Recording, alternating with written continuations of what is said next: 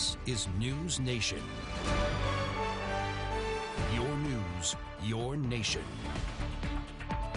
And also your vote, your nation, tonight, and the race for the White House. All eyes, of course, right now are on Salt Lake City, Utah. Tonight, the host of the first and only vice presidential debate. Vice President Mike Pence and California Senator Kamala Harris taking the stage at the height of a coronavirus pandemic in the U.S., most recently an outbreak at the White House. More on that in a few minutes, but first, a live look tonight at Salt Lake City. The University of Utah, of course, hosting tonight's debate. The city has been preparing for weeks for this very moment, both for the event itself inside and for possible protest outside. Here is some information as far as we know about tonight's 90-minute debate. Pence and Harris will appear on stage again at the University of Utah. They will have plexiglass barriers between them.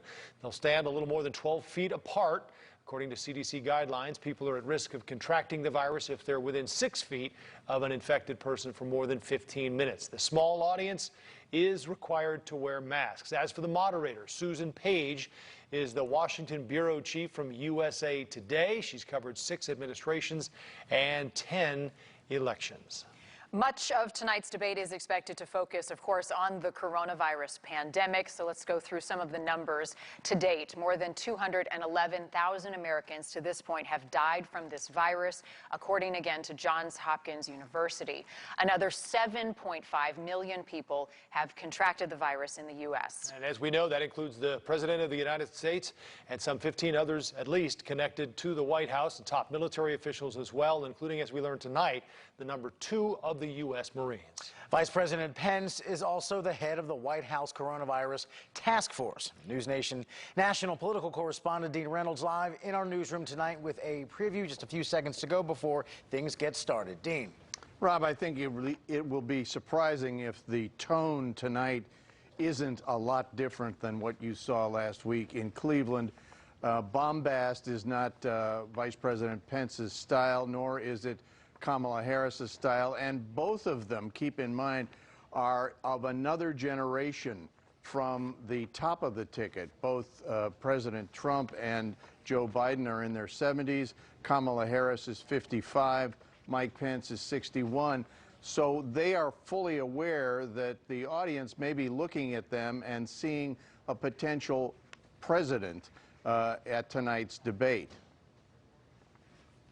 The other thing, Dean, that we'll be watching closely, as you mentioned earlier, are the factors involved in the 2 men at the top of this ticket. Another reason this may be more heavily watched than a typical vice presidential debate. Well, and keep in mind, this might be the last debate because the president has coronavirus. He says he wants to do the next 2, but Joe Biden has said he won't do it if he tests positive. Okay, Dean, thank you very much. We will be watching right along with you, and we'll have recaps with Dean as soon as the debate ends. And we are now just moments away from the debate. Vice President Mike Pence and Senator Kamala Harris will be facing off, taking the stage for the debate live again from Salt Lake City, Utah. And you can watch the entire debate here on NewsNation. From the University of Utah in Salt Lake City, welcome to the first and only vice presidential debate of 2020. Sponsored by the Nonpartisan Commission on Presidential Debates. I'm Susan Page of USA Today. It is my honor to moderate this debate, an important part of our democracy. In Kingsbury Hall tonight, we have a small and socially distant audience, and we've taken extra precautions during this pandemic. Among other things, everyone in the audience is required to wear a face mask, and the candidates will be seated 12 feet apart. The audience is enthusiastic about their candidates, but they've agreed to express that enthusiasm only twice, at the end of the debate and now when I introduce the candidates. Please welcome California Senator Kamala Harris and Vice President Mike Pence.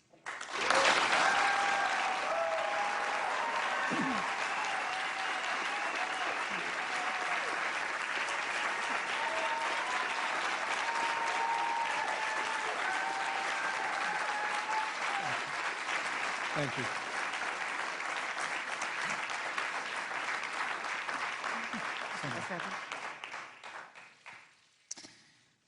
Senator Harris and Vice President Pence, thank you for being here. We're meeting as President Trump and the First Lady continue to undergo treatment in Washington after testing positive for COVID-19.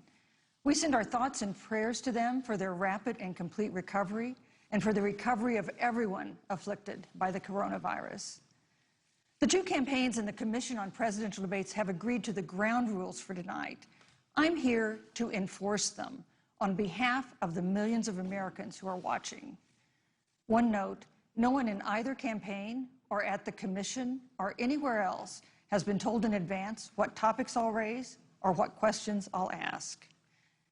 This 90-minute debate will be divided into 9 segments of about 10 minutes each. I'll begin a segment by posing a question to each of you, sometimes the same question, sometimes a different question on the same topic. You will then have 2 minutes to answer without interruption by me or the other candidate. Then we'll take 6 minutes or so to discuss the issue. At that point, although there will always be more to say, we'll move on to the next topic. We want a debate that is lively, but Americans also deserve a discussion that is civil. These are tumultuous times, but we can and will have a respectful exchange about the big issues facing our nation. Let's begin with the ongoing pandemic that has cost our country so much. Senator Harris, the coronavirus is not under control. Over the past week, Johns Hopkins reports that 39 states have had more COVID cases over the past 7 days than in the week before. 9 states have set new records. Even if a vaccine is released soon, the next administration will face hard choices.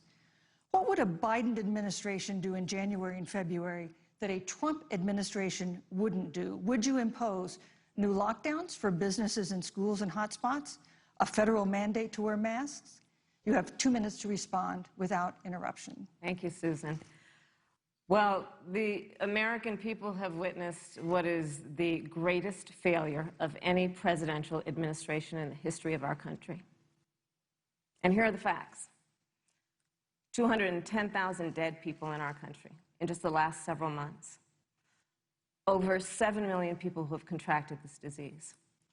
1 in 5 businesses closed. We're looking at frontline workers who have been treated like sacrificial workers.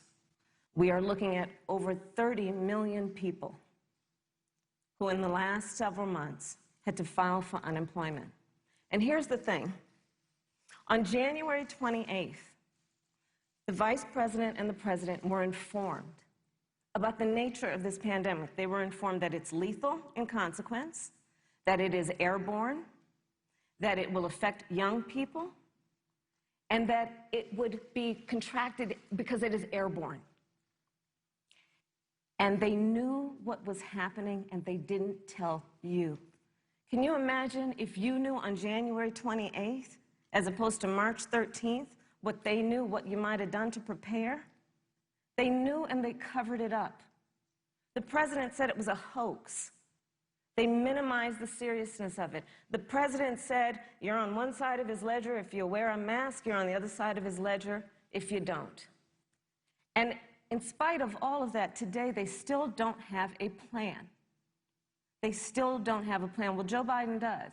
And our plan is about what we need to do around a national strategy for contact tracing, for testing, for administration of the vaccine, and making sure that it will be free for all. That is the plan that Joe Biden has and that I have, knowing that we have to get a hold of what has been going on, and we need to save our country. And Joe Biden is the best leader to do that, and frankly, this administration has forfeited their right to re-election based on this. Thank you, Senator Harris. Vice President Pence, more than 210,000 Americans have died of COVID-19 since February. The U.S. death toll as a percentage of our population is higher than that of almost every other wealthy nation on earth. For instance, our death rate is 2.5 times that of Canada next door. You head the administration's coronavirus task force. Why is the U.S. death toll as a percentage of our population higher than that of almost every other wealthy country? And you have 2 minutes to respond without interruption. Susan, thank you. And I want to thank the Commission and the University of Utah for hosting this event. And Senator Harris, it's a privilege to be on the stage with you. Our nation has gone through a very challenging time this year. But I want the American people to know that from the very first day, President Donald Trump has put the health of America first. Before there were more than 5 cases in the United States, all people who had returned from China, President Donald Trump did what no other American president had ever done. And that was he suspended all travel from China, the second largest economy in the world. Now, Senator Joe Biden opposed that decision. He said it was xenophobic and hysterical. But I can tell you, having led the White House Coronavirus Task Force, that that decision alone by President Trump bought us invaluable time to stand up the greatest national mobilization since World War II. And I believe it saved hundreds of thousands of American lives. Because with that time, we were able to reinvent testing. More than 115 million tests have been done to date. We were able to see to the delivery of billions of supplies so our doctors and nurses had the resources and support they needed. And we began, really, before the month of February was out, to develop a vaccine and to develop medicines and therapeutics that have been saving lives all along the way. And under President Trump's leadership, Operation Warp Speed, we believe, will have literally tens of millions of doses of a vaccine before the end of this year. The reality is, when you look at the Biden plan, it reads an awful lot like what President Trump and I and our task force have been doing every step of the way. I mean, quite frankly, when I look at their plan that talks about advancing testing, creating new PPE, developing a vaccine, it looks a little bit like plagiarism, which is something Joe Biden knows a little bit about. And I think the American people know that this is a president who has put the health of America first, and the American people, I believe with my heart, can be proud of the sacrifices they have made. It's saved countless American lives. Senator Harris, would you like to respond? Absolutely. Whatever the vice president is claiming the administration has done, clearly it hasn't worked. When you're looking at over 210,000 dead bodies in our country, American lives that have been lost, families that are grieving that loss. And you know, the vice president is the head of the task force and knew on January 28th how serious this was. And then, thanks to Bob Woodward, we learned that they knew about it. And then when that was exposed, the vice president said, when asked, well, why didn't y'all tell anybody? He said, because the president wanted people to remain calm. Well, let's get no, but Susan, this is important. Susan, I want to add, but Mr. Vice President, I'm speaking. I'm speaking. Yeah, you can have 15 more seconds, and then we'll give the vice president a chance to respond. So I want to ask the American people, how calm were you when you were panicked about where you're going to get your next roll of toilet paper? How calm were you when your kids were sent home from school and you didn't know when they could go back? How calm were you when your children couldn't see your parents because you were afraid they could kill them? Let's give Vice President Pence a chance to respond. Vice President Pence, you have 1 minute to respond. You know, there's not a day gone by that I haven't thought of every American family that's lost a loved one. And I want all of you to know that you'll always be in our hearts and in our prayers. But when you say what the American people have done over these last 8 months hasn't worked, that's a great disservice to the sacrifices the American people have made. The reality, if I may finish, Senator, the reality is Dr. Fauci said everything that he told the president in the Oval Office, the president told the American people. Now, President Trump, I will tell you, has boundless confidence in the American people, and he always spoke with confidence that we'd get through this together. But when you say it hasn't worked, when Dr. Fauci and Dr. Birx and our medical experts came to us in the second week of March, they said if the president didn't take the unprecedented step of shutting down roughly half of the American economy, that we could lose 2.2 million Americans. Now, that's the reality. Thank you. They also said to us if we did everything right, Susan, we could still lose more than 200,000 Americans. Vice President Now, one life lost is too many, Susan. But the American people, I believe, deserve credit for the sacrifices that they have made, putting the health of their family and their neighbors first, our doctors, our nurses, our first responders. Thank you, Vice President Pence. And I'm going to speak up on behalf of what the American people have done. Vice President Pence, you were in the front row in a Rose Garden event 11 days ago at what seems to have been a super spreader event for senior administration and congressional officials. No social distancing, few masks, and now a cluster of coronavirus cases among those who were there. How can you expect Americans to follow the administration's safety guidelines to protect themselves from COVID when you at the White House have not been doing so? Well, the American people have demonstrated over the last 8 months that when given the facts, they're willing to put the health of their families and their neighbors and people they don't even know first. President Trump and I have great confidence in the American people and their ability to take that information and put it into practice. In the height of the epidemic, when we were losing a heartbreaking number of 2,500 Americans a day, we surged resources to New Jersey and New York and New Orleans and Detroit. We told the American people what needed to be done, and the American people made the sacrifices. When the outbreak in the Sun Belt happened this summer, again, Americans stepped forward. But the reality is the work of the President of the United States goes on.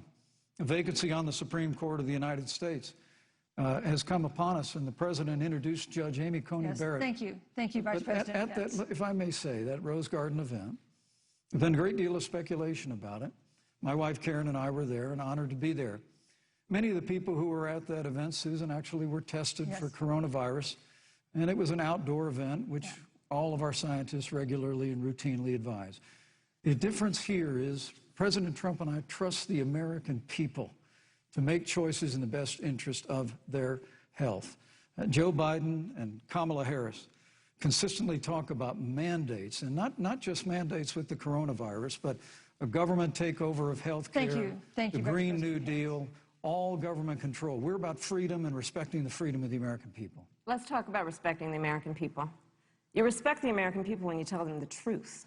You respect the American people when you have the courage to be a leader, speaking of those things that you may not want people to hear, but they need to hear so they can protect themselves. But this administration stood on information that if you had as a parent, if you had as a worker, knowing you didn't have enough money saved up, and now you're standing in a food line because of the ineptitude of an administration that was unwilling to speak the truth to the American people.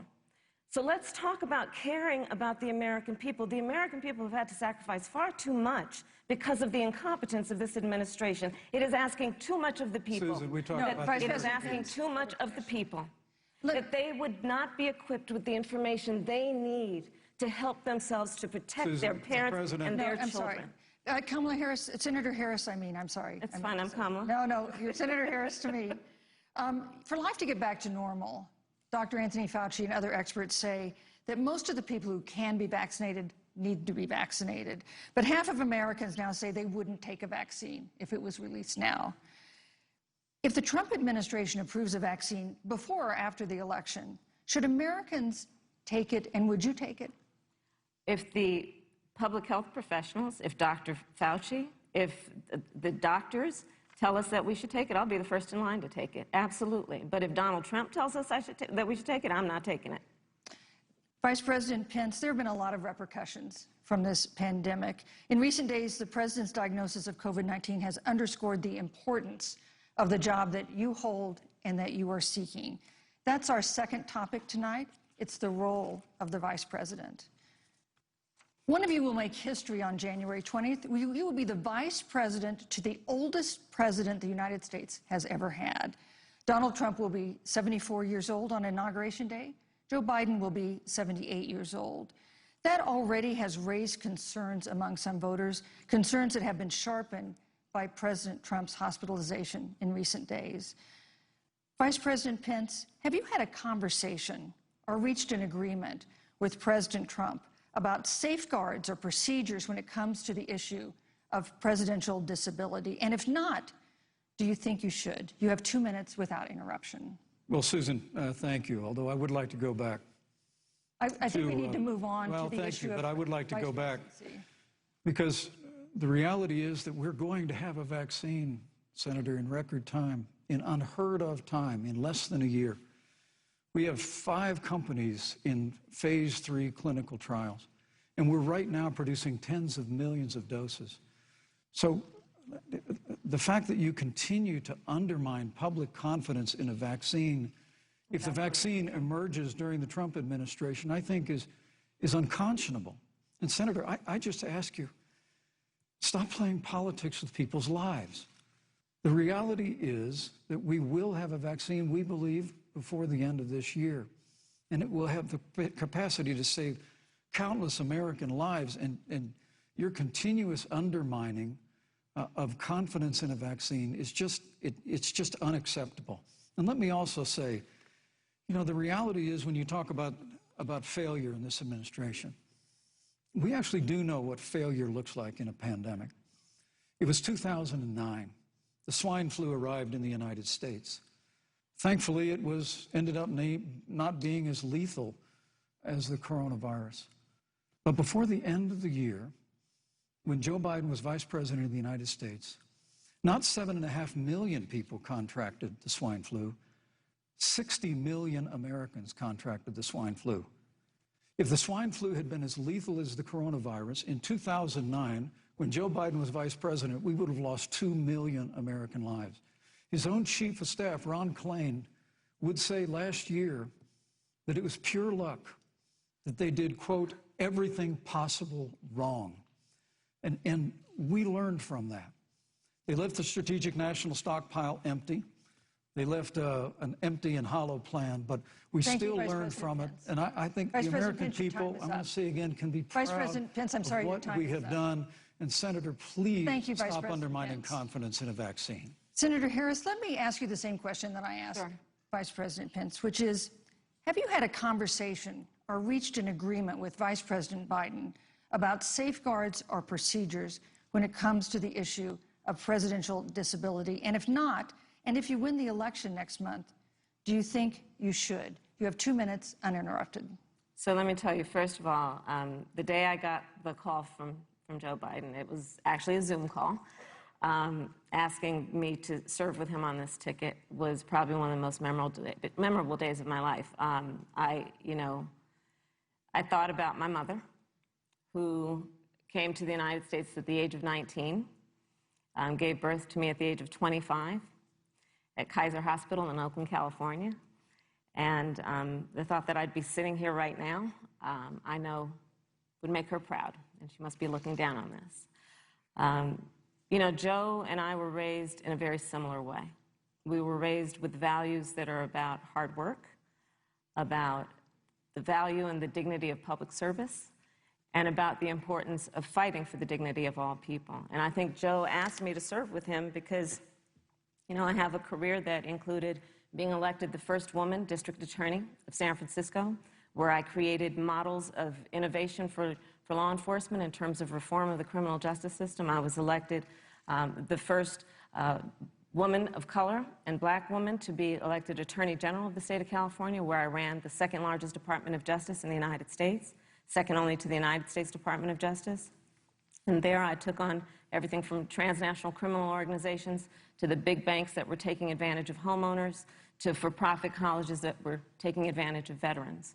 And then, of course, now I serve in the United States Senate as only the second black woman ever elected to the United States Senate. I serve on the Senate Intelligence Committee, where I've been in regular receipt of classified information about threats to our nation and hotspots around the world. I've traveled the world. I've met with our soldiers in war zones.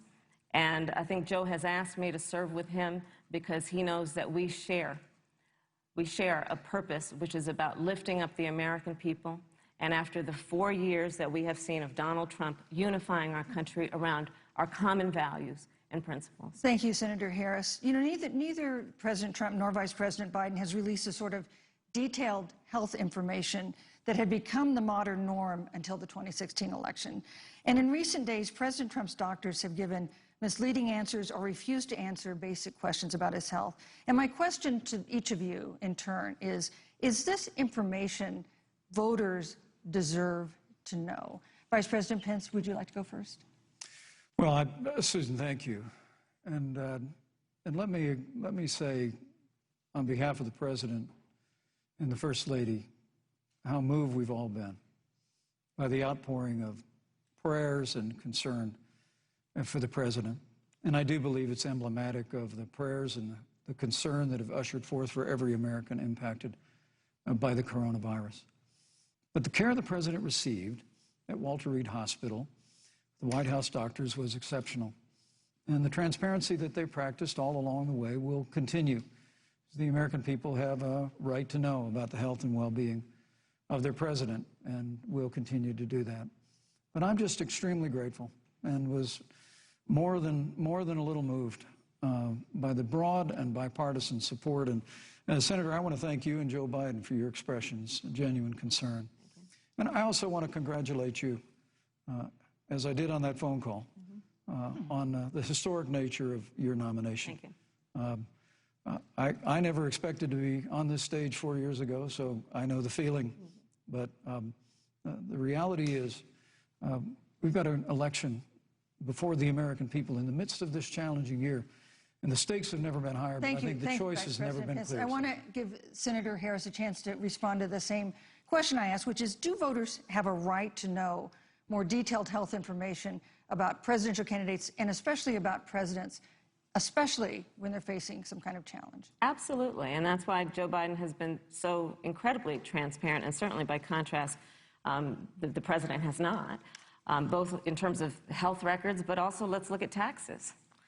We now know, because of great investigative journalism, that Donald Trump paid $750 in taxes. When I first heard about it, I literally said, "You mean $750,000? And it was like, no, $750. We now know Donald Trump owes and is in debt for $400 million. And just so everyone is clear, when we say in debt, it means you owe money to somebody. And it'd be really good to know who the President of the United States, the Commander-in-Chief, owes money to, because the American people have a right to know what is influencing the President's decisions. And is he making those decisions on the best interest of the American people, of you, or self-interest? So, Susan, I'm glad you asked about transparency, because it has to be across the board. Joe has been incredibly transparent over many, many years. The one thing we all know about Joe, he puts it all out there. He is honest, he is forthright. But Donald Trump, on the other hand, has been about covering up everything. Thank you, Senator Harris. I want to give you a chance to respond, Vice President. Well, look, I respect the fact that Joe Biden spent 47 years in public life. I respect your public service as well. Thank you. But the American people have a president who's a businessman, he's a job creator, who's paid tens of millions of dollars in taxes, payroll taxes, property taxes. He's created tens of thousands of American jobs.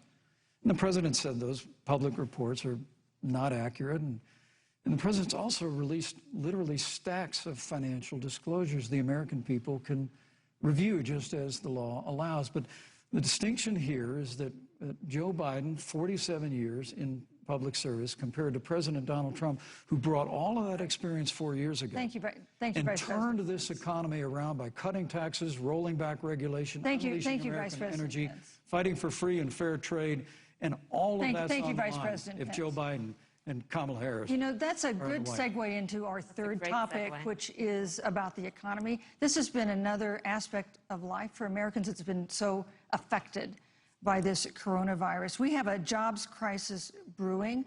On Friday, we learned that the unemployment rate had declined to 7.9% in September, but the job growth had stalled, and that was before the latest round of layoffs and furloughs in the airline industry at Disney and elsewhere.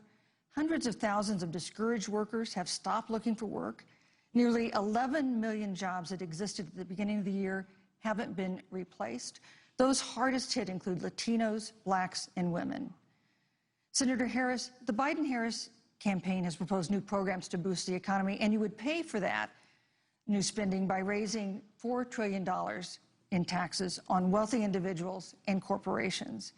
Some economists warn that could curb entrepreneurial ventures that fuel growth and create jobs. Would raising taxes put the recovery at risk? And you have 2 minutes to answer uninterrupted. Thank you. On the issue of the economy, I think there couldn't be a more fundamental difference between Donald Trump and Joe Biden. Joe Biden believes you measure the health and the strength of America's economy based on the health and the strength of the American worker and the American family.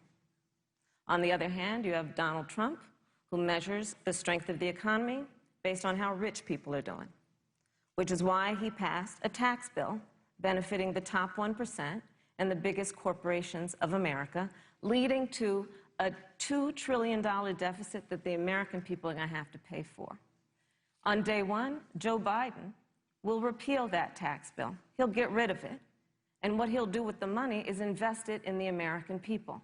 And through a plan that is about investing in infrastructure, something that Donald Trump said he would do. I remember hearing about some infrastructure week. I don't think it ever happened. But Joe Biden will do that. He'll invest in infrastructure. It's about upgrading our roads and bridges, but also investing in clean energy and renewable energy. Joe is going to invest that money in what we need to do around innovation. There was a time when our country believed in science and invested in research and development so that we were an innovation leader on the globe. Joe Biden will use that money to invest in education.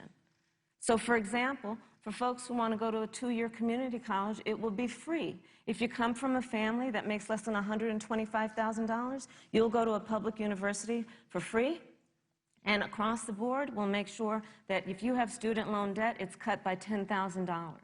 That's how Joe Biden thinks about the economy, which is it's about investing in the people of our country as opposed to passing a tax bill, which had the benefit of letting American corporations go offshore to do their business. Thank you, Senator welcome. Harris. Vice President Pence, your administration has been predicting a rapid and robust recovery, but the latest economic report suggests that's not happening. Should Americans be braced for an economic comeback that is going to take not months, but a year or more? You have 2 minutes to answer uninterrupted.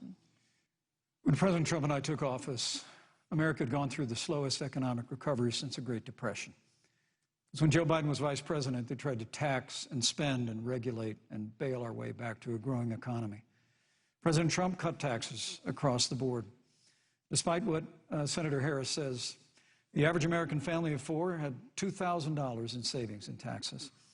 And with the rise in wages that occurred, most predominantly for blue-collar, hardworking Americans, the average household income for a family of 4 increased by $4,000 following President Trump's tax cuts. But America, you just heard Senator Harris tell you, on day one, Joe Biden's going to raise your taxes. It's really remarkable to think, Susan. I mean, right after a time where we're going through a pandemic that lost 22 million jobs at the height, we've already added back 11.6 million jobs because we had a president who cut taxes, rolled back regulation, unleashed American energy, fought for free and fair trade, and secured $4 trillion from the Congress of the United States to give direct payments to families, saved 50 million jobs through the Paycheck Protection Program. We literally have spared no expense to help the American people and the American worker through this. Joe Biden and Kamala Harris want to raise taxes. They want to bury our economy under a $2 trillion Green New Deal, which you were one of the original co-sponsors of in the United States Senate. They want to abolish fossil fuels and ban fracking, which would cost hundreds of thousands of American jobs all across the heartland. And Joe Biden wants to go back to the economic surrender to China, that when we took office, half of our international trade deficit was with China alone. And Joe Biden wants to repeal all of the tariffs that President Trump put into effect to fight for American jobs and American workers. Joe Biden says democracy's on the ballot. Make no mistake about it, Susan. The American economy, the American comeback is on the ballot with 4 more years of growth and opportunity, 4 more years of President Donald Trump. 2021 is going to be the biggest economic year in the history of this country. Thank you, Vice President Pence. Senator Harris. Well, I mean, I thought we saw enough of it in last week's debate, but I think this is supposed to be a debate based on fact and truth. And the truth and the fact is Joe Biden has been very clear. He will not raise taxes on anybody who makes less than $400,000 a year. He said he's going to repeal the Trump tax cuts. Mr. Vice President, I'm speaking. Well, wait. I'm speaking. It'd be important if you said the truth. Joe Biden said twice in the debate last week that he's going to repeal the Trump tax cuts. That was tax cuts that gave the average working family $2,000 in a tax break every single year. Senator, that is absolutely not true. Is he only going to repeal part of the Trump tax cuts? If you don't mind letting me finish, we can then have a conversation, okay? Please. Okay. Joe Biden will not raise taxes on anyone who makes less than $400,000 a year. He has been very clear about that. Joe Biden will not end fracking. He has been very clear about that.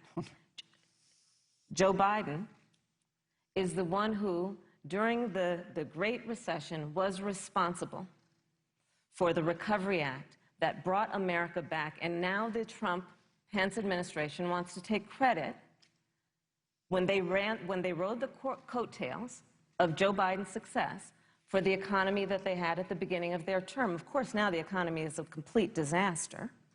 But Joe Biden, on the one hand, did that. On the other hand, you have Donald Trump, who has reigned over a recession that is being compared to the Great Depression. On the one hand, you have Joe Biden, who was responsible with President Barack Obama for the Affordable Care Act, which brought health care to over 20 million Americans and protected people with pre-existing conditions. And what it also did is it saved those families who otherwise were going bankrupt because of hospital bills they could not afford. On the other hand, you have Donald Trump, who's in court right now, trying to get rid of the Affordable Care Act, which means that you will lose protections if you have pre-existing conditions. And this is very important, Susan. Yes, and it's important. We need to give Vice President. I'd just like to, he interrupted me, and I'd like to just finish, please. If you have a pre-existing condition, heart disease, diabetes, breast cancer, they're coming for you. If you love someone who has a pre-existing condition, they're coming for you. If you are under the age of 26 on your parents' coverage, they're coming for you. Senator Harris, thank you. You're welcome. Let me give you a chance to respond. Well, I hope we have a chance to talk about health care, because Obamacare was a disaster. The American people remember it well. And President Trump and I have a plan to improve health care and to protect pre-existing conditions for every American. But look, Senator Harris, you're entitled to your own opinion, but you're not entitled to your own facts. You yourself said on multiple occasions when you were running for president that you would ban fracking. Joe Biden looked at a supporter in the eye and pointed and said, I guarantee that we will abolish fossil fuels. They have a $2 trillion version of the Green New Deal, Susan, that your newspaper, USA Today, said really wasn't that very different from the original Green New Deal. More taxes, more regulation, banning fracking, abolishing fossil fuel, crushing American energy, and economic surrender to China is a prescription for economic decline. President Trump and I will keep America growing. The V-shaped recovery that's underway right now will continue with 4 more years of President Donald Trump in the White House. Thank you very, very much, Vice President Pence. Once again, you've provided the perfect segue to a new topic, which is climate change. And Vice President Pence, I'd like to pose the first question to you. This year, we've seen record-setting hurricanes in the South. Another one, Hurricane Delta, is now threatening the Gulf. And we have seen record-setting wildfires in the West. Do you believe, as the scientific community has concluded, that man-made climate change has made wildfires bigger, hotter, and more deadly, and have made hurricanes wetter, slower, and more damaging? You have 2 minutes uninterrupted. Thank you, Susan. Well, first, I'm very proud of our record on the environment and on conservation. According to all of the best estimates, our air and land are cleaner than any time ever recorded. Our water is among the cleanest in the world. And just a little while ago, the President signed the Outdoors Act. It's the largest investment in our public lands and public parks in 100 years.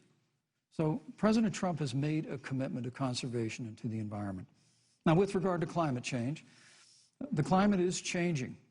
But the issue is, what's the cause and what do we do about it? President Trump has made it clear that we're going to continue to listen to the science. Now, Joe Biden and Kamala Harris would put us back in the Paris Climate Accord. They'd impose the Green New Deal, which would crush American energy, would increase the energy costs of American families in their homes, and literally would crush American jobs. And President Trump and I believe that the progress that we have made in a cleaner environment has been happening precisely because we have a strong free market economy.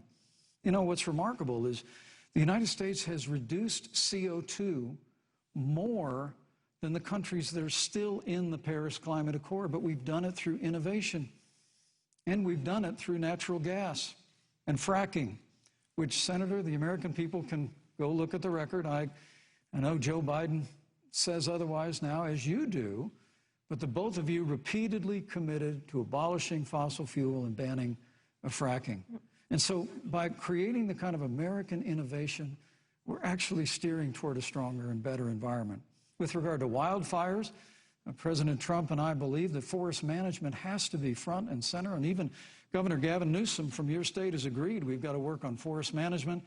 And with regard to hurricanes, the National Oceanic Administration tells us that actually as difficult as they are, Thank you, Vice President. There are no more hurricanes today than there were 100 years ago. Thank you. But many of the climate alarmists use hurricanes and wildfires to try and sell their bill of goods of a Green New Deal. And President Trump and I are going to always put American jobs and American workers first. Senator Harris, as the Vice President mentioned, you co-sponsored the Green New Deal in Congress. But Vice President Biden said in last week's debate that he does not support the Green New Deal. But if you look at the Biden-Harris campaign website, it describes the Green New Deal as a crucial framework. What exactly would be the stance of a Biden-Harris administration toward the Green New Deal? You have 2 minutes uninterrupted.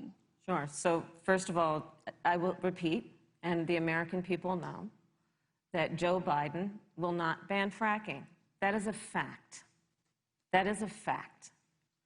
I will repeat that Joe Biden has been very clear that he thinks about growing jobs, which is why he will not increase taxes for anyone who makes less than $400,000 a year. Joe Biden's economic plan, Moody's, which is a reputable Wall Street firm, has said will create 7 million more jobs than Donald Trump's. And part of those jobs that will be created by Joe Biden are going to be about clean energy and renewable energy. Because you see, Joe understands that the west coast of our country is burning, including my home state of California. Joe sees what is happening on the Gulf states, which are being battered by storms. Joe has seen and talked with the farmers in Iowa, whose entire crops have been destroyed because of floods. And so Joe believes, again, in science. I'll tell you something, Susan. I served, when I first got to the Senate, on the committee that's responsible for the environment. Do you know this administration took the word science off the website and then took the phrase climate change off the website? We have seen a pattern with this administration, which is they don't believe in science. And Joe's plan is about saying we're going to deal with it, but we're also going to create jobs. Donald Trump, when asked about the wildfires in California, and the question was, you know, the science is telling us this, you know what Donald Trump said? Science doesn't know. So let's talk about who is prepared to lead our country over the course of the next 4 years on what is an existential threat to us as human beings. Joe is about saying we're going to invest that in renewable energy. It's going to be about the creation of millions of jobs. We will achieve net zero emissions by 2050, carbon neutral by 2035. Joe has a plan. This has been a lot of talk from the Trump administration, and really it has been to go backward instead of forward. We will also re-enter the climate agreement with pride. Senator Harris just said that climate change is an existential threat. Vice President Pence, do you believe that climate change poses an existential threat? As I said, Susan, the climate is changing. We'll follow the science. But once again, Senator Harris is denying the fact that they're going to raise taxes on every American. Joe Biden said twice in the debate last week that on day one he was going to repeal the Trump tax cuts. Those tax cuts delivered $2,000 in tax relief to the average family of four across America. And with regard to banning fracking, I just recommend that people look at the record. You yourself said repeatedly that you would ban fracking. You were the first Senate co-sponsor of the Green New Deal. And while Joe Biden denied the Green New Deal, Susan, thank you for pointing out, the Green New Deal is on their campaign website. And as USA Today said, it's essentially the same plan as you co-sponsored with AOC when she submitted it in the Senate. And you just heard the senator say that she's going to resubmit America to the Paris Climate Accord. Look, the American people have always cherished our environment. We'll continue to cherish it. We've made great progress reducing CO2 emissions through American innovation and the development of natural gas through fracking. We don't need a massive $2 trillion Green New Deal that would impose all new mandates on American businesses and American families. Thank you. Joe Biden wants us to retrofit 4 million American business buildings. It makes no sense. It will cost jobs. President Trump is going to put America first. He's going to put jobs first, and we're going to take care of our environment and follow the science. Thank you, But, on the issue of jobs, Senator Harris. let's talk about that. The vice president earlier referred to, as part of what he thinks is an accomplishment, the president's trade war with China. You lost that trade war. You lost it. What ended up happening is because of a so-called trade war with China, America lost 300,000 manufacturing jobs. Farmers have experienced bankruptcy because of it. We are in a manufacturing recession because of it. And when we look at where this administration has been, there are estimates that by the end of the term of this administration, they will have lost more jobs than almost any other presidential administration. And the American people know what I'm talking about. You know, I think about 20-year-olds. We have a 20-year-old, a 20-something-year-old, who are coming out of high school and college right now, and you're wondering, is there going to be a job there for me? We're looking at people who are trying to figure out how they're going to pay rent by the end of the month. Almost half of American renters are worried about whether they're going to be able to pay rent by the end of the month. This is where the economy is in America right now, and it is because of the catastrophe and the failure of leadership of this administration. Thank you, Senator Harris. Vice President Pence, let me give you just 15 seconds to respond, because then I want to move on to Well, I'd love to respond. Look, lost the trade war with China. Joe Biden never fought it. Joe Biden has been a cheerleader for communist China over the last several decades. And again, Senator Harris, you're entitled to your opinion. You're not entitled to your own facts. When Joe Biden was vice president, we lost 200,000 manufacturing jobs, and President Obama said they were never coming back. He said we needed a magic wand to bring them back. In our first 3 years after we cut taxes, rolled back regulation, unleashed American energy, this administration saw 500,000 manufacturing jobs created. And that's exactly the kind of growth we're going to continue to see as we bring our nation through this pandemic. But a Green New Deal, your massive new mandates, your Paris Climate Accord, it's going to kill jobs this time, just like it killed jobs. I just need to respond very briefly, 15 seconds, and then we'll move on. Thank you. Joe Biden is responsible for saving America's auto industry, and you voted against it.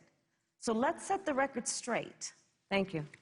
Yeah. I'd like to talk about China. We have, as our next topic, we have no more complicated or consequential foreign relationship than the one with China. It is a huge market for American agricultural goods. It's a potential partner in dealing with climate change in North Korea.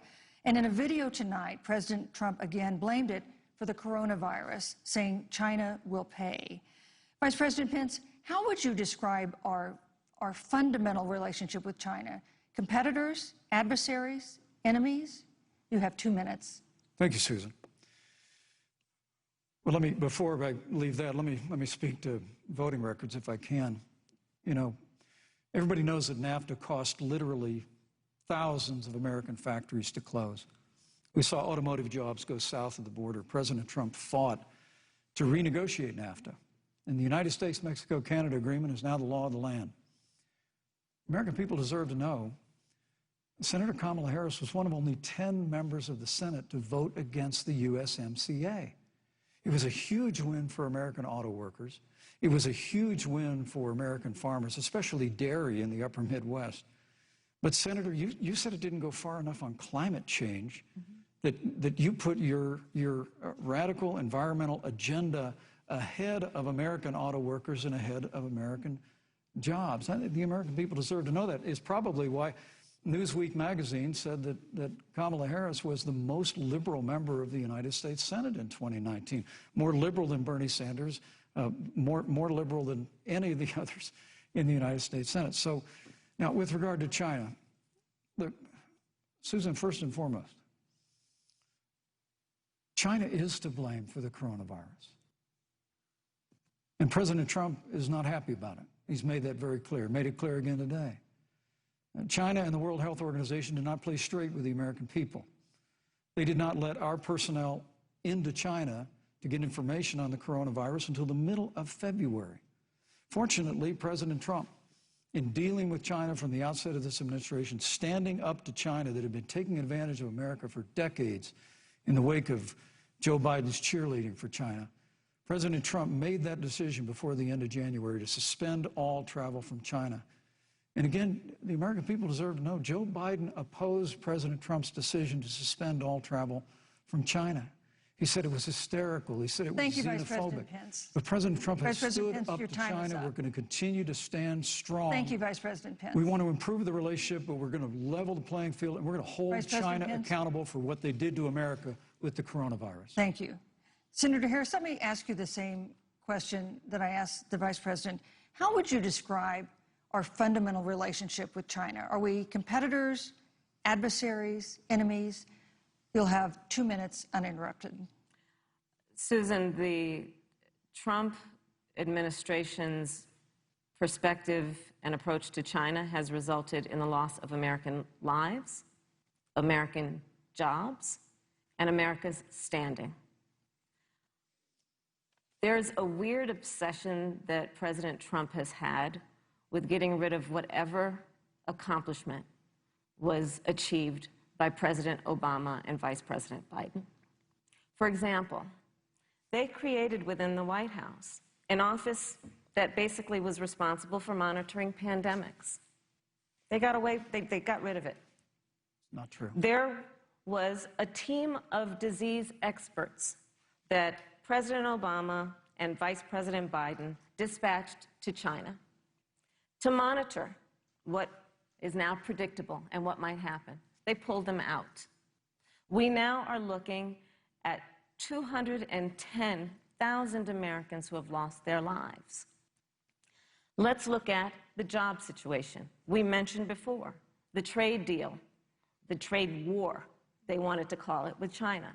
It resulted in the loss of over 300 manufacturing jobs and a manufacturing recession, and the American consumer paying thousands of dollars more for goods because of that failed war that they called it. Then let's talk about standing. Pew, a reputable research firm, has done an analysis that shows that leaders of all of our formerly allied countries have now decided that they hold in greater esteem and respect Xi Jinping, the head of the Chinese Communist Party, than they do Donald Trump, the President of the United States, the Commander-in-Chief of the United States. This is where we are today because of a failure of leadership by this administration.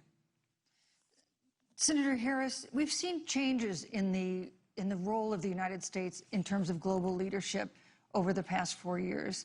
And of course, times do change. What's your definition? We've seen strains with China, of course, as the Vice President mentioned. We've seen strains with our traditional allies in NATO and elsewhere. What is your definition of the role of American leadership in 2020? So, you know, Joe is, I love talking with Joe about a lot of these issues. And, you know, Joe, I think he said it quite well. He says, you know, foreign policy, it might sound complicated, but really it's relationships. So just think about it as relationships. And so we know this in our personal and professional relationships. You got to keep your word to your friends. Got to be loyal to your friends. People who've stood with you, got to stand with them. You got to know who your adversaries are and keep them in check. But what we have seen with Donald Trump is that he has betrayed our friends and embraced dictators around the world. Let's take, for example, Russia. So, Russia, I serve on the Intelligence Committee of the United States Senate. America's intelligence community told us Russia interfered in the election of the President of the United States in 2016 and is playing in 2020. Christopher Wray, the director of the FBI, said the same. But Donald Trump, the Commander-in-Chief of the United States of America, prefers to take the word of Vladimir Putin over the word of the American intelligence community. You look at our friends at NATO. He has walked away from agreements. You can look at the Iran nuclear deal, which now has put us in a position where we are less safe because they are building up what might end up being a significant nuclear arsenal. We were in that deal, guys. We were in the Iran nuclear deal with friends, with allies around the country. And because of Donald Trump's unilateral approach to foreign policy, coupled with his isolationism, he pulled us out and has made America less safe. So, Susan, it's about relationships. And the thing that has always been part of the strength of our nation, in addition to our great military, has been that we keep our word. But Donald Trump doesn't understand that because he doesn't understand what it means to be honest. Thank you, Senator Harris. Vice President Pence, let me give you a chance to respond. Well, thank you. Well, President Trump kept his word when we moved the American embassy to Jerusalem, the capital of the state of Israel. When Joe Biden was vice president, they promised to do that, and they never did. We stood strong with our allies, but we've been demanding. NATO is now contributing more to our common defense than ever before, thanks to President Trump's leadership. We've strengthened our alliances across the Asia-Pacific, and we've stood strong against those who would do us harm. You know, when President Trump came into office, ISIS had captured an area of the Middle East the size of Pennsylvania. But President Trump unleashed the American military, and our armed forces destroyed the ISIS caliphate and took down their leader, al-Baghdadi, without one American casualty. Al-Baghdadi was responsible for the death of thousands.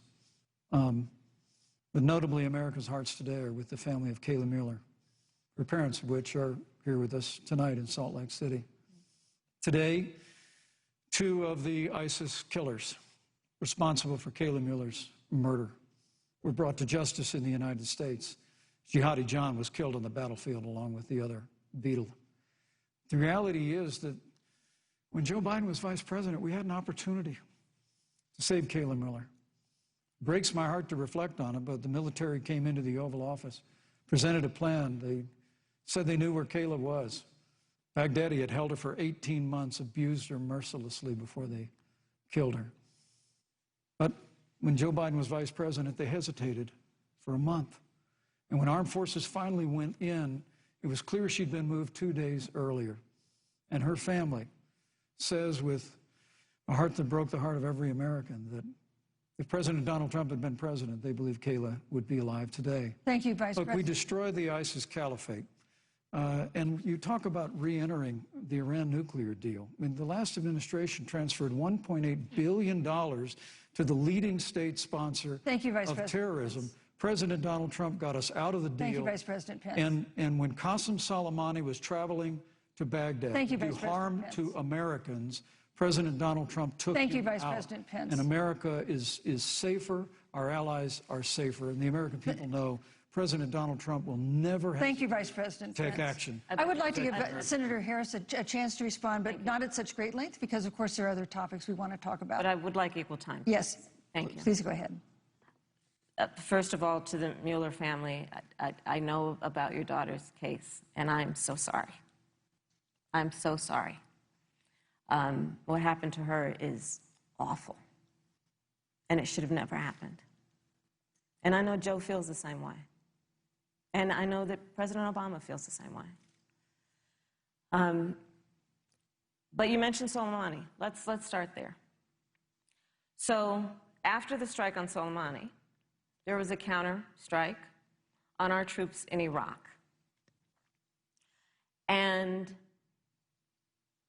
they suffered serious brain injuries. And do you know what Donald Trump dismissed them as? Headaches. And this is about a pattern of Donald Trump's, where he has referred to our men who are serving in our military as suckers and losers.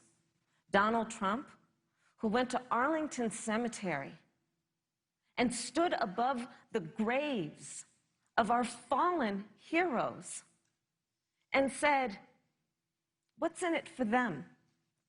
Because, of course, you know, he only thinks about what's in it for him. Let's take what he said about John McCain, a great American hero. And Donald Trump says he doesn't deserve to be called a hero because he was a prisoner of war. And this is very important when you want to talk about who is the current commander-in-chief and what they care about and what they don't care about. Public reporting that Russia had bounties on the heads of American soldiers. And you know what a bounty is? It's somebody puts a price on your head and they will pay it if you are killed. And Donald Trump had talked at least 6 times to Vladimir Putin and never brought up the subject. Joe Biden would never do that. Thank you. Joe Biden would, but Joe Biden would hold Russia to account for any threat to our nation's security or to our troops who are sacrificing their lives for the sake of our democracy and our safety. Thank you, Senator Harris. This is such an important issue, but we have other important issues as well, and Susan, I want to make sure we have a chance I really have to talk to respond to that. about. Look, she has 15 seconds, because well, I got to have trying more to than keep. that. Look, well, I'm sorry, but Vice President, look, but you've had more time than she's had so far. The slanders against President Donald Trump regarding men and women of our armed forces are absurd. I'm sorry, Vice My President son Pence. is a captain in the United States Marine Corps. My son-in-law is deployed in the United States Navy. I can assure all of you, with sons and daughters serving in our military, President Donald Trump not only respects but reveres all of those who serve in our armed forces, and any suggestion otherwise is ridiculous. Thank you, Vice President Pence. The American people deserve, Susan, the American people deserve to know. Vice President Pence, I did not, excuse me, Susan, the I did American not people create deserve the to know rules for tonight. Joe Biden. Your campaigns agreed to the rules for tonight's debate with the Commission on Presidential Debates. I'm here to enforce them, which involves moving from one topic to another, giving roughly equal time to both of you, which is what I'm trying very hard to do. Go right ahead. So I want to go ahead and move to the next topic, which is an important one, as the last topic was, and that is the Supreme Court. On Monday, the Senate Judiciary Committee is scheduled to open hearings on Amy Coney Barrett's nomination to the Supreme Court. Senator Harris, you'll be there as a member of the committee. Yes. Her confirmation would cement the court's conservative majority and make it likely open to more abortion restrictions, even to overturning the landmark Roe v. Wade ruling. Access to abortion would then be up to the states. Vice President Pence, you're the former governor of Indiana. If Roe v. Wade is overturned, what would you want Indiana to do? Would you want your home state to ban all abortions? You have 2 minutes, uninterrupted. Well, thank you for the question, but I'll use a little bit of my time to respond to that very important issue before. The American people deserve to know Qasem Soleimani, the Iranian general, was responsible for the death of hundreds of American service members. When the opportunity came, we saw him headed to Baghdad to kill more Americans. President Trump didn't hesitate, and Qasem Soleimani is gone. But you deserve to know that Joe Biden and Kamala Harris actually criticized the decision to take out Qasem Soleimani. It's really inexplicable, but with regard to Joe Biden, it's explainable, because history records that Joe Biden actually opposed the raid against Osama bin Laden. It's absolutely essential that we have a commander-in-chief who will not hesitate to act to protect American lives and to protect American service members, and that's what you have in President Donald Trump. Now, with regard to the Supreme Court of the United States, let me say President Trump and I could not be more enthusiastic about the opportunity to see Judge Amy Coney Barrett become Justice Amy Coney Barrett. And she's a brilliant woman, and she will bring a lifetime of experience and a sizable American family to the Supreme Court of the United States. And our hope is, in the hearing next week, unlike Justice Kavanaugh received with treatment from you and others, that we hope she gets a fair hearing. And we particularly hope that we don't see the kind of attacks on her Christian faith that we saw before. I mean, the Democrat chairman of the Judiciary Committee before, when Judge Barrett was being confirmed for the Court of Appeals, expressed concern that the dogma of her faith lived loudly in her. Dick Durbin of Illinois said that it was a concern. Senator, I know one of our judicial nominees you actually attacked because they were a member of the Catholic Knights of Columbus, just because the Knights of Columbus holds pro-life views and Thank you, Vice President Pence. So your time my hope is up. that when the hearing takes place, Thank you, Vice President Pence. that Judge Amy Coney Barrett will be respected, Thank you, treated Vice President respectfully, Pence. voted and confirmed Thank to the you. Supreme Court of the United States. Senator Harris, you're the senator from and former Attorney General of California. So let me ask you a parallel question to the one I posed to the Vice President. If Roe v. Wade is overturned, what would you want California to do? Would you want your home state to enact no restrictions on access to abortion? And you have 2 minutes uninterrupted. Thank you, Susan. First of all, Joe Biden and I are both people of faith, and it's insulting to suggest that we would knock anyone for their faith. And in fact, Joe, if elected, will be only the second practicing Catholic as President of the United States. On the issue of this nomination, Joe and I are very clear, as are the majority of the American people. We are 27 days before the decision about who will be the next president of the United States. And, you know, before, when this conversation has come up, you know, it's been about election year or election time. We're literally in an election. Over 4 million people have voted. People are in the process of voting right now. And so Joe has been very clear, as the American people are. Let the American people fill that seat in the White House, and then we'll fill that seat on the United States Supreme Court. And to your point, Susan, the issues before us couldn't be more serious. There's the issue of choice, and I will always fight for a woman's right to make a decision about her own body. It should be her decision and not that of Donald Trump and the Vice President, Michael Pence. But let's also look at what else is before the court. It's the Affordable Care Act. Like, literally in the midst of a public health pandemic, when over 210,000 people have died and 7 million people probably have what will be in the future considered a pre-existing condition because you contracted the virus. Donald Trump is in court right now trying to get rid of the Affordable Care Act. And I said it before, and it bears repeating. This means that there will be no more protections, if they win, for people with pre-existing conditions. No. This means that over 20 million people will lose your coverage. It means that if you're under the age of 26, you can't stay on your parents' coverage anymore. And here's the thing. The contrast couldn't be more clear. They're trying to get rid of the Affordable Care Act. Joe Biden is saying, let's expand coverage. Let's give you a choice of a public option or private coverage. Let's bring down premiums. Thank you, Senator Let's Harris. lower Medicare eligibility to 60. Thank you, Senator That's true Harris. leadership. You know, you mentioned earlier, Vice President Pence, that the president was committed to maintaining protections for people with pre-existing conditions. But you do have this court case that you are supporting, your administration supporting, that would strike down the Affordable Care Act. The president says, President Trump says that he's going to protect people with pre-existing conditions, but he has not explained how he would do that. And that was one of the toughest nuts to crack when they were passing the Affordable Care Act. So tell us specifically, how would your administration protect Americans with pre-existing conditions to have access to affordable insurance if the Affordable Care Act is struck down? Well, thank you, Susan. But let me just say, addressing your very first question, I couldn't be more proud to serve as vice president to a president who stands without apology for the sanctity of human life. I'm pro-life. I don't apologize for it.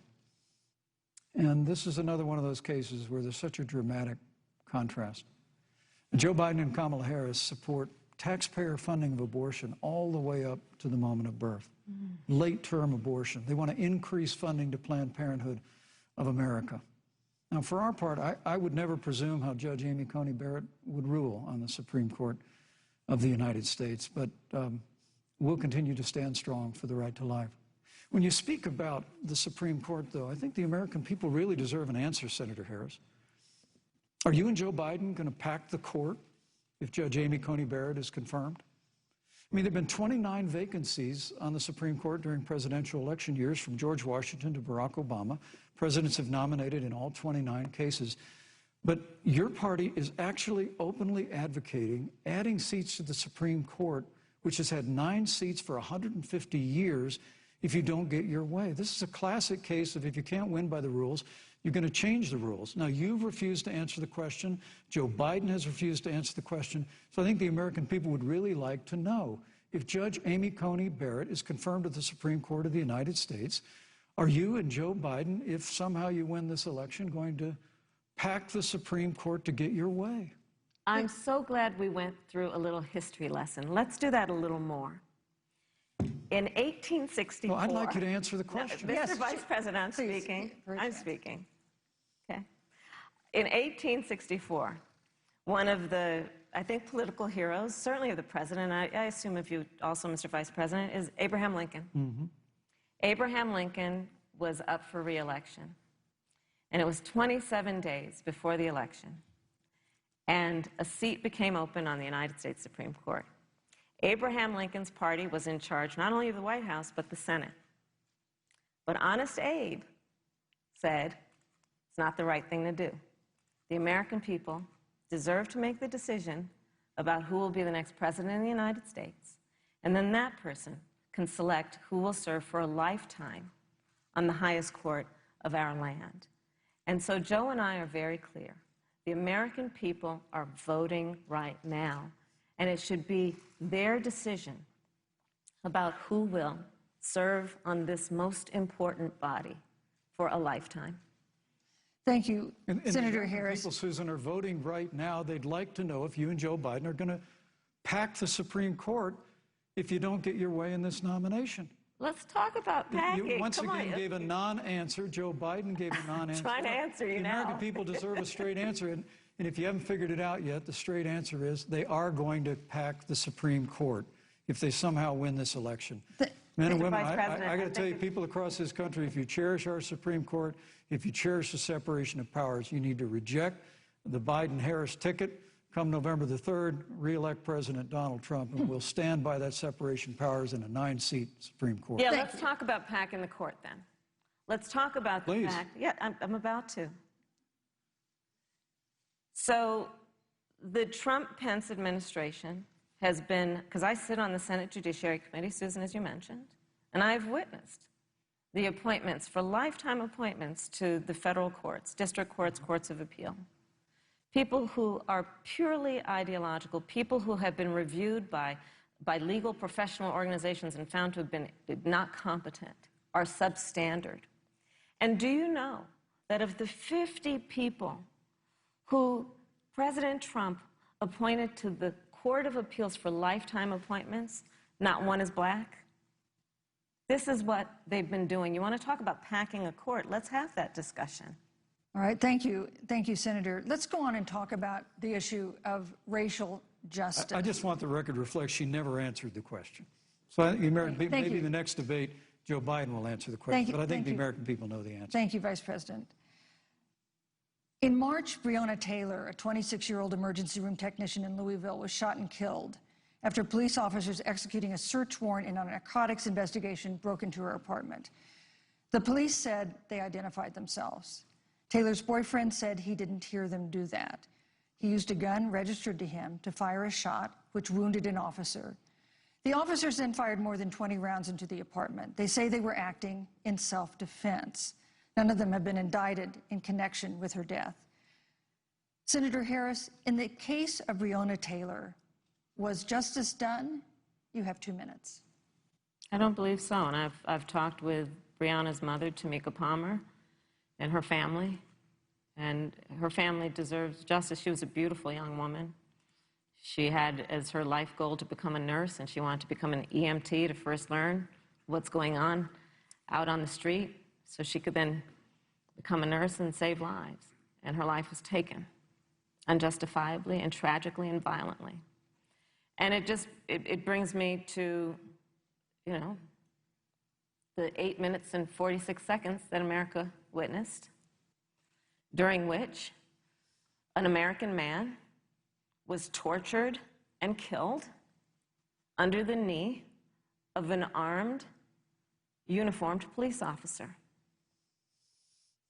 And people around our country of every race, of every age, of every gender, perfect strangers to each other, marched shoulder to shoulder, arm in arm, fighting for us to finally achieve that ideal of equal justice under law. And I was a part of those peaceful protests. And I believe strongly that, first of all, we are never going to condone violence, but we always must fight for the values that we hold dear, including the fight to achieve our ideals. And that's why Joe Biden and I have said on this subject, look, and I'm a former career prosecutor. I know what I'm talking about. Bad cops are bad for good cops.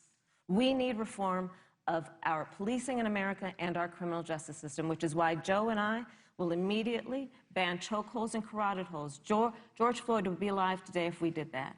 We will require a national registry for police officers who break the law. We will, on the issue of criminal justice reform, get rid of private prisons and cash bail, and we will decriminalize marijuana, and we will expunge the records of those who have been convicted of marijuana. This is a time for leadership on a tragic issue of unarmed black people in America who have been killed. Senator Harris. Vice President Pence, let me pose the same question to you. In the case of Breonna Taylor, was justice done? You have 2 minutes uninterrupted. Well, our heart breaks for the loss of any innocent American life. And the family of Breonna Taylor has our sympathies. But I trust our justice system, a grand jury that refused the evidence. And it really is remarkable that as a former prosecutor, you would assume that an impaneled grand jury looking at all the evidence got it wrong. But you're entitled to your opinion, Senator. I think, look, and with regard to George Floyd, there's no excuse for what happened to George Floyd. And justice will be served. But there's also no excuse for the rioting and looting that followed. I mean, it really is astonishing. Flora Westbrook is with us here tonight in Salt Lake City.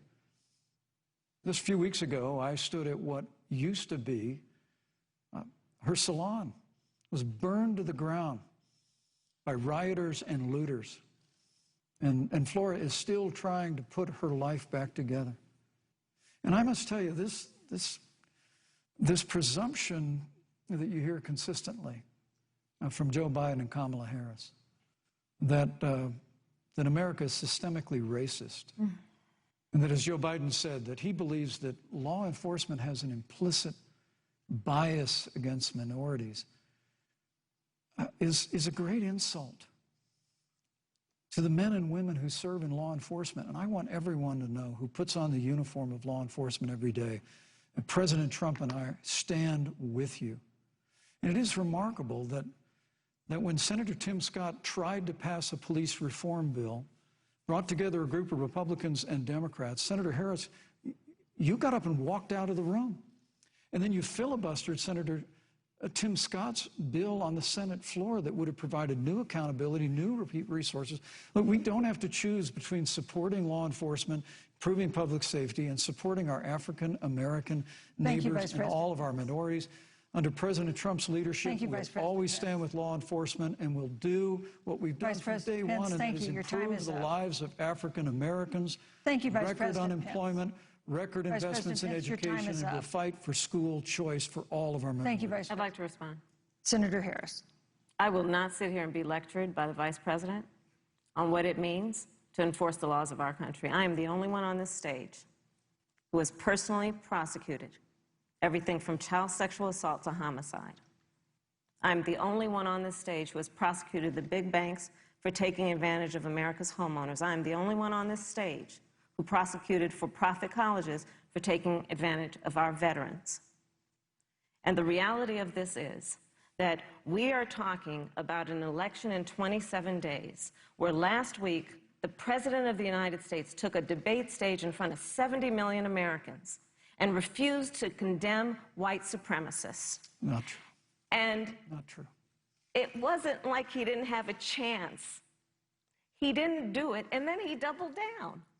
And then he said, when pressed, stand back, stand by. And this is a part of a pattern of Donald Trump's. He called Mexicans rapists and criminals.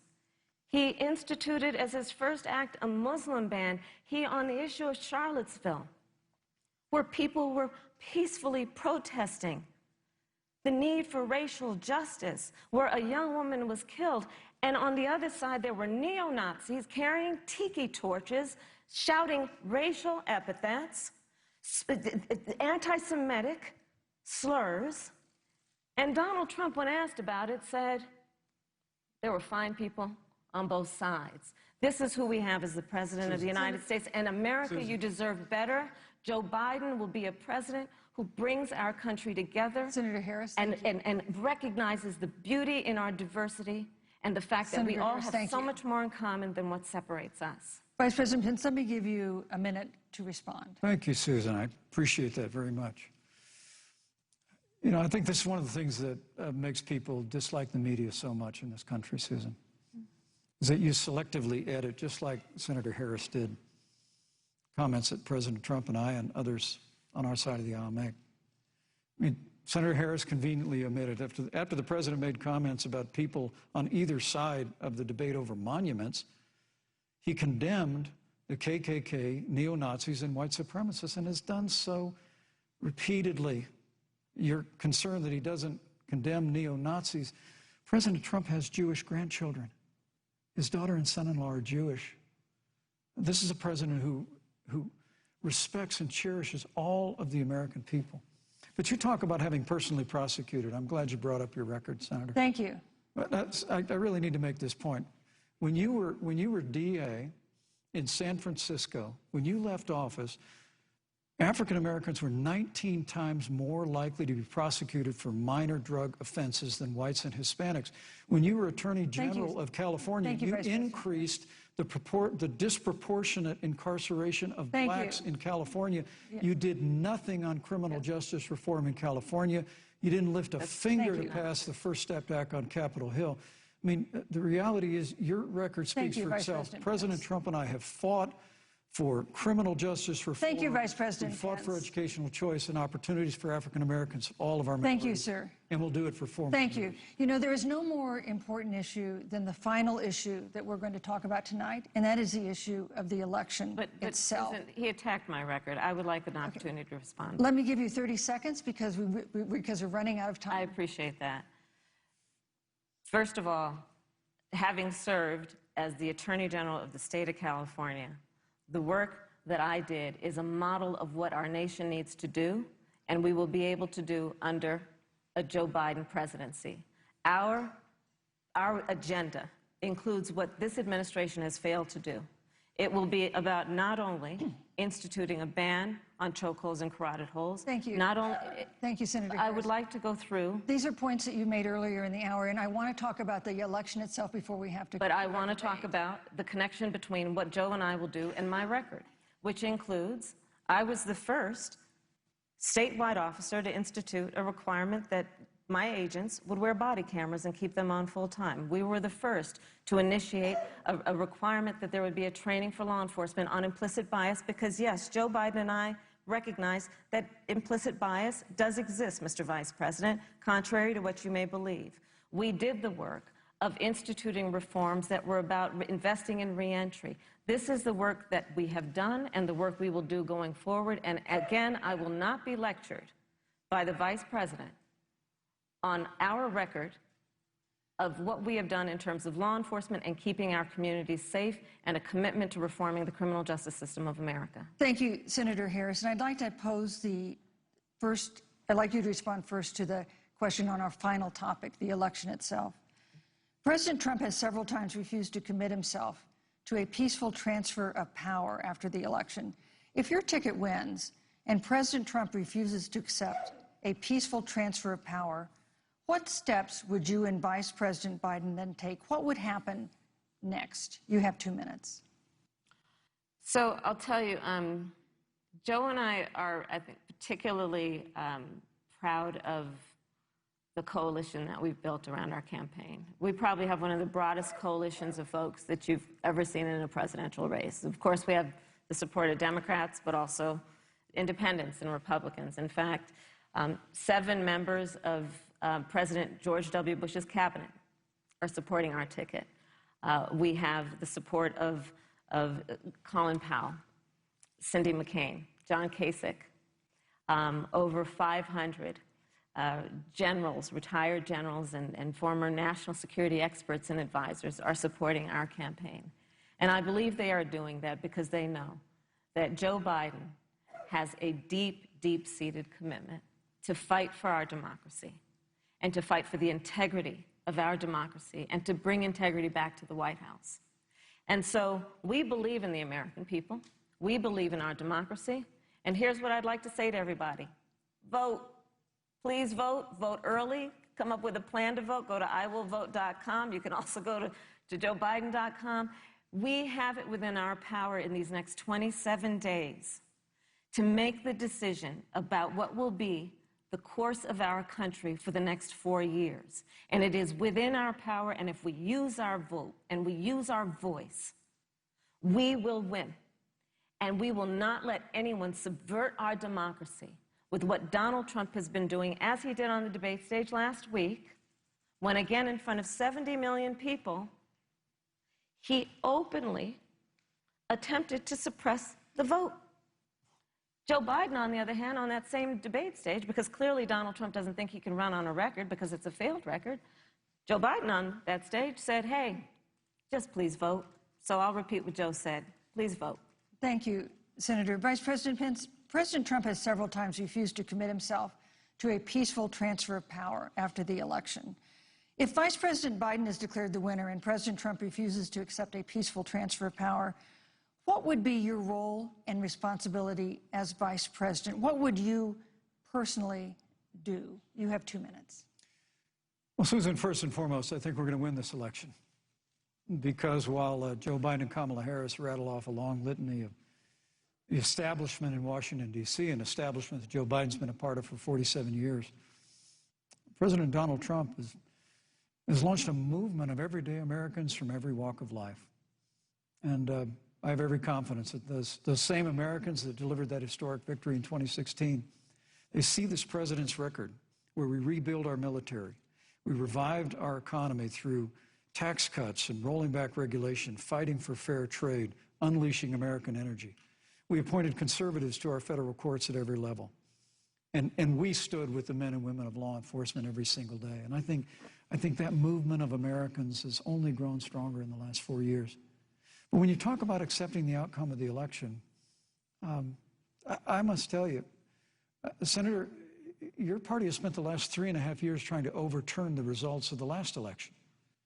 It's amazing. When Joe Biden was Vice President of the United States, the FBI actually spied on President Trump and my campaign. I mean, there were documents released this week that the CIA actually made a referral to the FBI documenting that those allegations were coming from the Hillary Clinton campaign. And of course, we've all seen the avalanche, what you put the country through for the better part of 3 years until it was found that there was no obstruction, no collusion, case closed. And then, Senator Harris, you and your colleagues in the Congress tried to impeach the President of the United States over a phone call. And now Hillary Clinton has actually said to Joe Biden that in her words, under no circumstances should he concede the election. So let me just say, I think we're going to win this election. President Trump and I are fighting every day in courthouses to prevent Joe Biden and Kamala Harris from changing the rules and creating this universal mail-in voting that will create a massive opportunity for voter fraud. And we have a free and fair election. We know we're going to have confidence in it. And I believe in all my heart that President Donald Trump's going to be reelected for 4 more years. You know, I've written all the questions that I've asked tonight, but for the final question of the debate, I'd like to read a question that someone else wrote. The Utah Debate Commission asked students in the state to write essays about what they would like to ask you. And I want to close tonight's debate with the question posed by Brecklyn Brown. She's an 8th grader at Springville Junior High in Springville, Utah. And here's what she wrote, quote, "When I watch the news, all I see is arguing between Democrats and Republicans. When I watch the news, all I see is citizen fighting against citizen. When I watch the news, all I see are 2 candidates from opposing parties trying to tear each other down. If our leaders can't get along, how are the citizens supposed to get along?" And then she added, "Your examples could make all the difference to bring us together," end quote. So to each of you in turn, I'd like you to take 1 minute and respond to Brecklyn. Vice President Pence, you have 1 minute. Brecklyn, it's a wonderful question. And let me just commend you for taking an interest in public life. I started following the news when I was very young. And in America, we believe in a free and open exchange of debate. And we celebrate that. And it's how we've created literally the freest and most prosperous nation in the history of the world. But I would tell you that don't assume that what you're seeing on your local news networks is synonymous with the American people. You know, I look at the relationship between Justice Ruth Bader Ginsburg, the late justice who we just lost from the Supreme Court, and the late Justice Antonin Scalia. They were on polar opposites on the Supreme Court of the United States, one very liberal, one very conservative. But what's been learned since her passing was the two of them and their families were the very closest of friends. I mean, here in America, we can disagree. We can debate vigorously, as Senator Harris and I have on this stage tonight. But when the debate is over, we come together as Americans. And that's what people do in big cities and small towns all across this country. So I just want to encourage you, Brecklin. I want to tell you that we're going to work every day to have government as good as our people. And the American people each and every day love a good debate. We love a good argument. But we always come together and are always there for one another. Thank you, in times of need. And we've especially learned that through the difficulties of this year. Senator Harris, what would you say to Brecklin? First of all, I love hearing from our young leaders. And when I hear her words, when I hear your words, Brecklin, I know our future is bright because it is that perspective on who we are and who we should be that is a sign of leadership and is something we should all aspire to be. And that, you know, that brings me to Joe. Joe Biden, one of the reasons that Joe decided to run for president is after Charlottesville, which we talked about earlier. It so troubled him and upset him like it did all of us, that there was that kind of hate and division. What propelled Joe to run for president was to see that over the course of the last 4 years, what Brecklin described has been happening. Joe has a long-standing reputation of working across the aisle and working in a bipartisan way. And that's what he's going to do as president. Joe Biden has a history of lifting people up and fighting for their dignity. I mean, you have to know Joe's story to know that Joe has known pain, he has known suffering, and he has known love. And so, Brecklin, when you think about the future, I do believe the future is bright. And it will be because of your leadership, and it will be because we fight for each person's voice through their vote, and we get engaged in this election because you have the ability through your work and through eventually your vote to determine the future of our country and what its leadership looks like. Thank you, Senator Harris. Thank you, Vice President Pence. Thank you so much for being with us tonight. We want to thank also the University of Utah for its hospitality, and most of all, our thanks to all the Americans who watched this debate tonight. Again, our best wishes for a quick recovery to President Trump, the First Lady, and everyone who is battling COVID-19. The second presidential debate is next week on October 15th, a town hall-style debate in Miami. We hope you'll join us then. Good evening.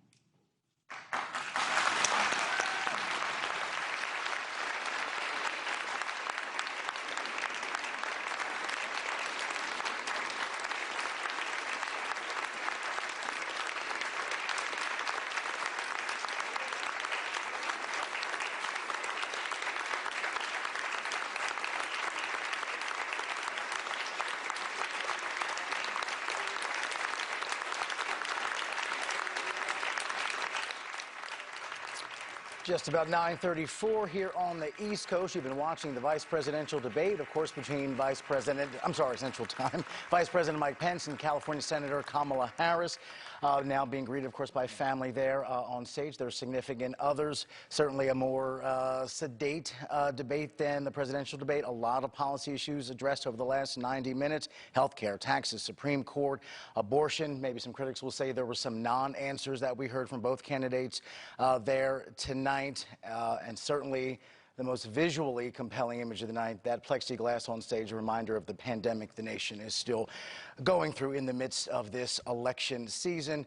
But if we can take a slight moment of levity, not to ignore what's blowing up on social media. I thought you were going there with Let's honor the Fly, who apparently is all over social media. You can imagine the writers in SNL will have a field day with that one. The poor vice president had a fly there for several seconds in his hair that didn't seem to want to go away. We've all been there. At least I have. We have a fly in our studio that shows up from time to time. You can't do anything about it. First only debate, though, now in the books. Thanks for staying with us here on News Nation. I'm Rob Nelson. And I'm Marnie Hughes. We're going to recap the night's key moments with just the facts here on News Nation, no opinions. I'm Joe Donlin. To help us cover tonight's debate, we have a series of reports. News Nation correspondent Michael Schur is live in Salt Lake City for us. We begin, though, with our national political correspondent, Dean Reynolds. Hi, Dean. Hi, Joe. The debate at times was testy, but for the most part, it seemed it was a thoughtful exchange of positions and ideas. They auditioned for second in command, but these are two people with clear presidential aspirations. Now, the pandemic was the first subject addressed. Senator Harris was on offense. Vice President Pence was on defense. The greatest failure of any presidential administration in the history of our country. And here are the facts. 210,000 dead people in our country in just the last several months. Over 7 million people who have contracted this disease. 1 in 5 businesses closed. We're looking at frontline workers who have been treated like sacrificial workers. We are looking at over 30 million people who in the last several months had to file for unemployment. But when you say what the American people have done over these last 8 months hasn't worked, that's a great disservice to the sacrifices the American people have made. The reality, if I may finish, Senator, the reality is Dr. Fauci said everything that he told the president in the Oval Office, the president told the American people. If Dr. Fauci, if the doctors tell us that we should take it, I'll be the first in line to take it, absolutely. But if Donald Trump tells us that we should take it, I'm not taking it. The reality is that we're going to have a vaccine, Senator, in record time, in unheard of time, in less than a year. We have 5 companies in phase 3 clinical trials, and we're right now producing tens of millions of doses. So the fact that you continue to undermine public confidence in a vaccine, if the vaccine emerges during the Trump administration, I think is unconscionable. The two also took on the issue of taxes. That Donald Trump paid $750 in taxes. When I first heard about it, I literally said, you mean $750,000? And it was like, no, $750.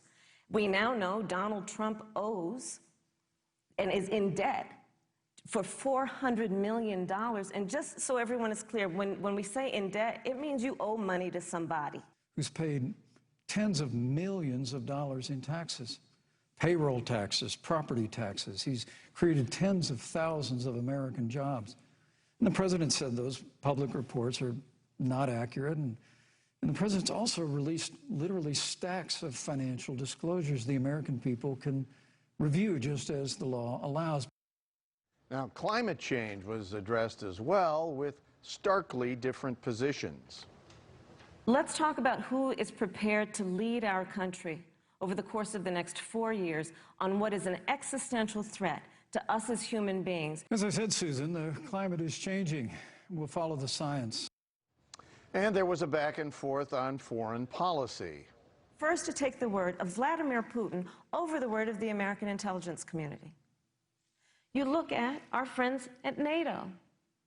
He has walked away from agreements. You can look at the Iran nuclear deal, which now has put us in a position where we are less safe because they are building up what might end up being a significant nuclear arsenal.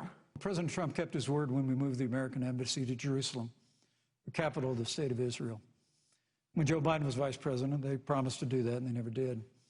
We've stood strong with our allies, but we've been demanding. NATO is now contributing more to our common defense than ever before, thanks to President Trump's leadership. We've strengthened our alliances across the Asia-Pacific, and we've stood strong. against those who would do us harm. Now, finally, the two traded jabs on who can best fill the Supreme Court vacancy. They addressed police reform, civil strife, and abortion. But if anyone was listening closely, they probably got a good idea of where each campaign stands. Unlike what happened in Cleveland last week, this debate was more about light and less about heat. Joe? All right, Dean, thank you very much. We will see what happens with the next presidential debate set for next week in Miami. Meantime, President Trump and Democratic presidential nominee Joe Biden both reacting to tonight's debate. Each sent a series of tweets on the topics and the running mates. President Trump writing, quote, tonight, Mike Pence is doing great. She is a gaffe machine. And Joe Biden wrote on Twitter, quote, Kamala Harris is showing the American people why I chose her as a running mate. She's smart, she's experienced, she's a proven fighter for the middle class, and she'll be an incredible vice president. While the debate was taking place inside Kingsbury Hall, supporters of the campaigns rallied outside, and as you can imagine, security very tight. NewsNation correspondent Michael Schur joins us live from Salt Lake City tonight with more on that. Michael? Joe, exactly right. I mean, Kingsbury Hall is about 400 yards from where I am, and the relative calm of any vice presidential debate was not mirrored out here earlier. The passions ran hot on both sides. There was an overwhelming police presence of Salt Lake City. The police department was here. They made one arrest. There were the chants of 4 more years, echoed by or countered by, on the other side, the Biden supporters saying 4 more weeks, an allusion to how much time is remaining in this election. And so what we were able to do, though, is I talked to someone earlier, a woman who was just out here watching and not watching the debate. She said what's going on in there doesn't matter. She wants to hear what's going on out here, and that tells you all you need to know about a vice presidential debate that stays on the rails as it seemed to tonight. So calm now, a disbursement of those protesters, and the debate, the 11th vice presidential debate in U.S. history, is now in the books. Back to you, Rob. All right, Michael, thank you for that report, and welcome to News Nation. You can vote in our poll at newsnationnow.com/feedback. Now that the debate is over, tell us who you think won. We also want to hear why you picked your winner in our viewer feedback segment. Share your thoughts with us on Facebook, Instagram, or Twitter, or you can send a comment through our app or website. We will share your responses and the results at the end of the hour. The other big headline we're following tonight, of course, Hurricane Delta. Albert, this storm already has slammed into parts of Mexico, so time out when we expect it to hit the U.S. Category 1 right now, expected to be a major hurricane sometime tomorrow, and Friday impacts, in particular in the afternoon in southwest Louisiana, an eerily similar situation that we saw 6 weeks ago with Hurricane Laura. Awaiting brand new information from the National Hurricane Center. We'll get you updated on the very latest coming up.